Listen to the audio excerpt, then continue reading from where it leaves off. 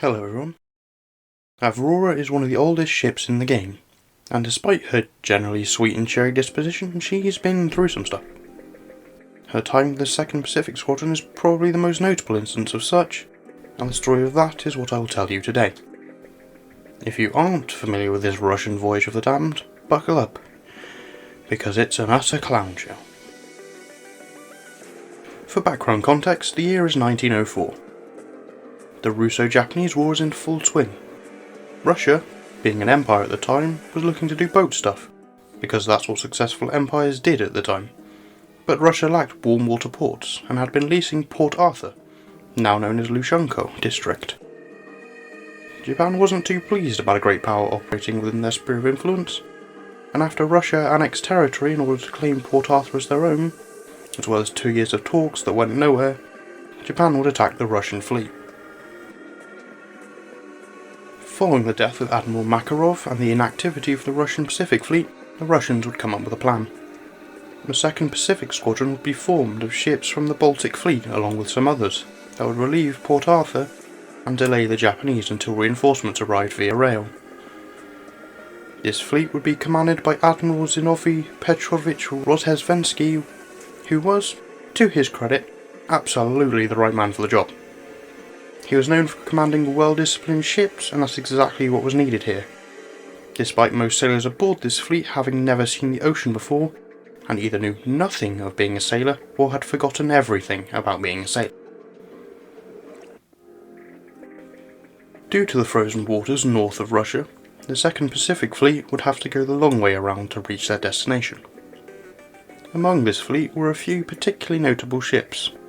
Avrora, who was a shining beacon of competency amongst this questionable lot, and the armed repair ship Kamchatka, who was the exact opposite. On the 15th and 16th of October 1904, this ragtag fleet of both new and outdated ships would set sail, and almost immediately have its flagship run aground and a cruiser lose an anchor. Off to a great start, and a sign of things to come. Whilst the flagship was getting unstuck, a destroyer also rammed a battleship, and eventually they would set sail again.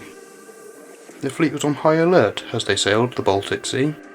Rumours of Japanese torpedo boats and mines had the undertrained crew borderline hysterical. After a few freakouts involving imaginary torpedo boats and damaging Danish colliers that were refuelling them, Rozhesvensky would fire on the fleet's icebreaker due to ignoring his signals and sent it home for incompetence and insubordination. In an attempt to calm the crew's nerves, Rozhesvensky ordered that no ship were to make it through their fleet, only for a Russian fishing boat to arrive. Good news, Rozhesvensky has been given a promotion. Bad news, the fleet's gunnery was so bad that the fishing boat was mostly unharmed despite having a number of warships firing on it. This is where Kamchatka makes her grand debut, signalling that she was being attacked by Japanese torpedo boats from all sides. There were in fact not any Japanese torpedo boats within the Baltic Sea, though that didn't stop Kamchatka from claiming that she had altered course and shook them off. Entering the North Sea after navigating a minefield that wasn't there, the fleet would sail through Dogger Bank. The fleet reported spotting 4 torpedo boats and opened fire. Aboard one of the battleships, rumours of a Japanese boarding circulated, causing sailors to don life jackets and lie prone, while others wildly drew cutlasses in an attempt to fight them off. Other battleships had missed these boats and instead engaged a pair of cruisers. They even managed to hit one a number of times. There was a slight problem though. There wasn't a Japanese fleet off the coast of Britain more than 20,000 miles from home. There was a group of British fishing trawlers though, and by the end of the battle, 1 had been sunk and 4 damaged. The cruiser they hit? Avrora. Luckily the hits didn't do much damage, but the end result was 2-2. 2 British fishermen died, and a sailor and the ship's chaplain aboard Avrora were also killed.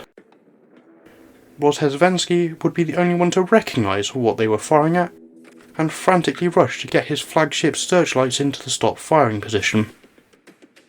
But by the time he had done that, a significant portion of their carried shells had been fired. The British were fuming.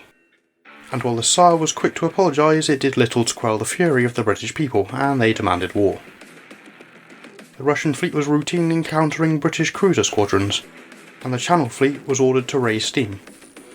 The modern components of the Mediterranean fleet were also ordered to sail to the Strait of Gibraltar, and combined they outnumbered the Russians 4-1. Thankfully, the diplomats had prevented the order to fire under conditions that the officers responsible for the attack be left behind, among other concessions. Among the officers dropped off was one who wasn't responsible for the Dogger Bank incident, but one that Rozhesvensky had almost come to blows with. This officer was sent back for reinforcements, however any ships worth sending had already been sent. These reinforcements were thoroughly obsolete, named by some as the Self-Sinking Squadron, and stood against Rozhesvensky's suggestion to buy modern cruisers from Argentina and Chile, who no longer needed them following a peace treaty mediated by Britain. The British officer also assessed that Rozhesvensky's squadron and Avrora were the only ones actually ready for war.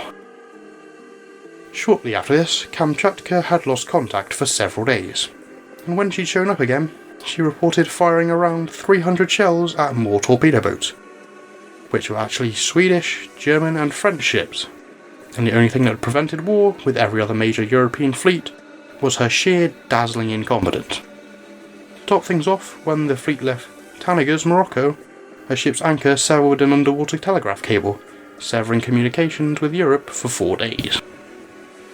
At this point, the fleet would split. The modern battleships and a few cruisers would sail around Africa under the command of Rozhesvensky, while the other ships would pass through the Suez Canal. Kamchatka would sail towards the front of the fleet, so she could be kept an eye on. Due to the lack of ports Russia could refuel in around Africa, Rozhesvensky ordered a double load of coal be taken aboard. The ship's coal bunkers would be unable to store all of this coal, so it was piled wherever it would fit. And with it came coal dust. Coal dust is extremely harmful when breathed in and can also cause fuel air explosions. So not only did some sailors die from inhaling coal dust that would gunk up their throats thanks to the humid climate, but would also inadvertently turn their warships into very crude thermobaric bombs.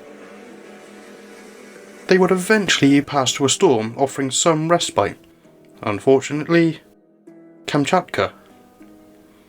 During a routine roll call, instead of sending back the "We are okay" signal, she instead sent the message, "Do you see any torpedo boats?" causing another wave of panic. It was around this time that Rozhesvensky had begun nicknaming the ships that were the target of his rage. These included the Brainless Nihilist, the Guard Uniforms Hanger, and in the case of Kamchatka, Lecherous Slut. He was also known to hurl his binoculars overboard in these fits of rage, and his staff had ensured a box of at least 50 was aboard the flagship when they first set off. He would also yell at them through a megaphone from his ship's bridge from time to time. As they were sailing around Africa, the fleet learned it would be receiving reinforcements in the form of the 3rd Pacific Squadron, the aforementioned sink-by-itself squadron. Rozhesvensky really did not want this, quote, archaeological collection of naval architecture with him, and began refusing to share his position or his progress with Central Command. It was not long after this they would find out that Port Arthur had fallen, and they may also have to fight their own ships raised and served by Japan. In order to lift crew's morale, they would acquire exotic pets from shore visits, including, but not limited to, a crocodile and a venomous snake, the latter of which would coil itself around a battleship's main guns and bite its commanding officer when he attempted to remove it, adding to the panic. These animals were allowed to freely roam the ships, causing a number of problems, especially for poor Avrora, whose crew would get very little sleep, out of fear that the numerous animals aboard would eat them in their sleep. The flagship was also overrun by chameleons, and Rozhesvensky was gifted a parrot that quickly picked up on his vast vocabulary of Russian swears. To make things worse, the cooling plant on the fleet's refrigerated supply ship broke down, and tons of rotten meat was thrown overboard, adding a shark exhibit to the floating zoo that called itself the 2nd Pacific Squadron. Rozhesvensky also fell severely ill around this time, not helped by his chief of staff developing a brain hemorrhage, leaving the fleet's crew essentially unsupervised while staying in Madagascar.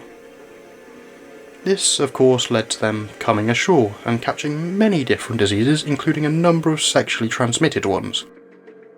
A funeral was held for one of the dead crew members, in which Kamchatka fired a gun salute, with live ammunition, at Avrora.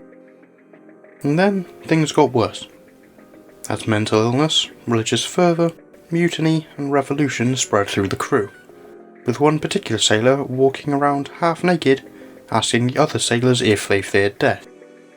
Eventually, Rozhesvensky's health improved, and the worst offenders were rounded up and sent home.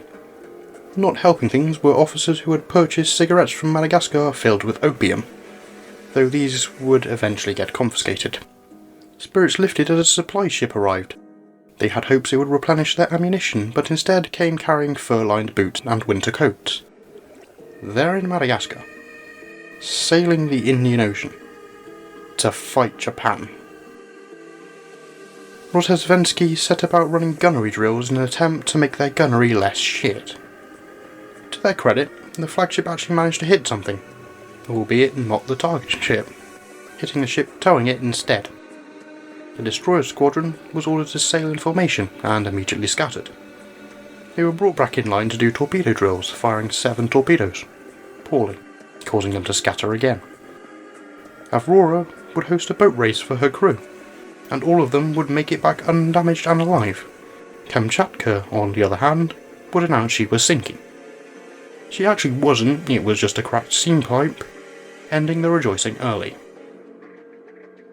The rest of the squadron would reunite around this time, having negotiated access to the Suez Canal. They had a significantly less eventful trip, but still ended up pissing off a number of merchant vessels for holding them up. Crossing the Indian Ocean, the officers would organise a rat hunt to limited success. They were met by a transport ship carrying letters, only to find the letters were their own, that they had sent a month ago in Madagascar because the ship had got lost trying to get home. Around this time, Rozhesvensky began putting ships that failed to follow orders or angered him in the naughty corner, and would berate the captain of that ship through a megaphone.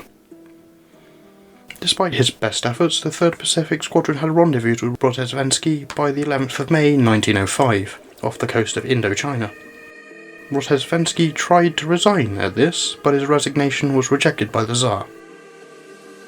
Guess who's been supporting Japan with, among other things, intel during this war? Britain. Who is also mad at the Russian fleet currently? Also Britain. So Japan knew their position, and also knew that on May 25th, the fleet's colliers that had resupplied them at Shanghai had been sent away, meaning they would be taking a direct route through the Tsushima Strait. Under the cover of night and fog, the Russian ships moved into the strait with lights off for all ships, except for a hospital ship, Avrora, whose were kept on to avoid being fired upon in accordance to the rules of war. The Japanese cruiser had correctly identified the ship as a Russian auxiliary, but Avrora had failed to do so for the Japanese cruiser, believing it to be a Russian ship, and did not notify the rest of the fleet of its presence. Avrora signalled to the cruiser that other Russian ships were nearby, and the cruiser spotted 10 other ships in the fleet. The cruiser sent a transmission to the main fleet, and shortly after, the Russian fleet intercepted it, informing them that they had been spotted. The next day, they would come face to face with Mikasa and the Japanese combined fleet. Outnumbered, in dire need of maintenance, lacking in manpower, ammunition, and a competent crew, this could only end one way. And that is where their story ends. Rozhesvensky, in spite of all that happened, took full responsibility for what happened, defending his subordinates while he was on trial, and would die of a heart attack a few years later. The battle caused the end of the Russo-Japanese War, and would lead to the Japanese Empire being elevated to great power status. Avrora was one of the few ships not sunk or taken as a war prize by Japan, and would be interned in the Philippines under US protection before returning to the Baltic Fleet to fight in the First World War. She would play a leading role in the October Revolution that would eventually give rise to the Soviet Union. She mentions vodka in a few of her lines, so perhaps she developed some alcoholic tendencies from these events. I certainly wouldn't blame her. Honestly, the Russians had surprisingly good logistics for this, not something they're particularly known for these days.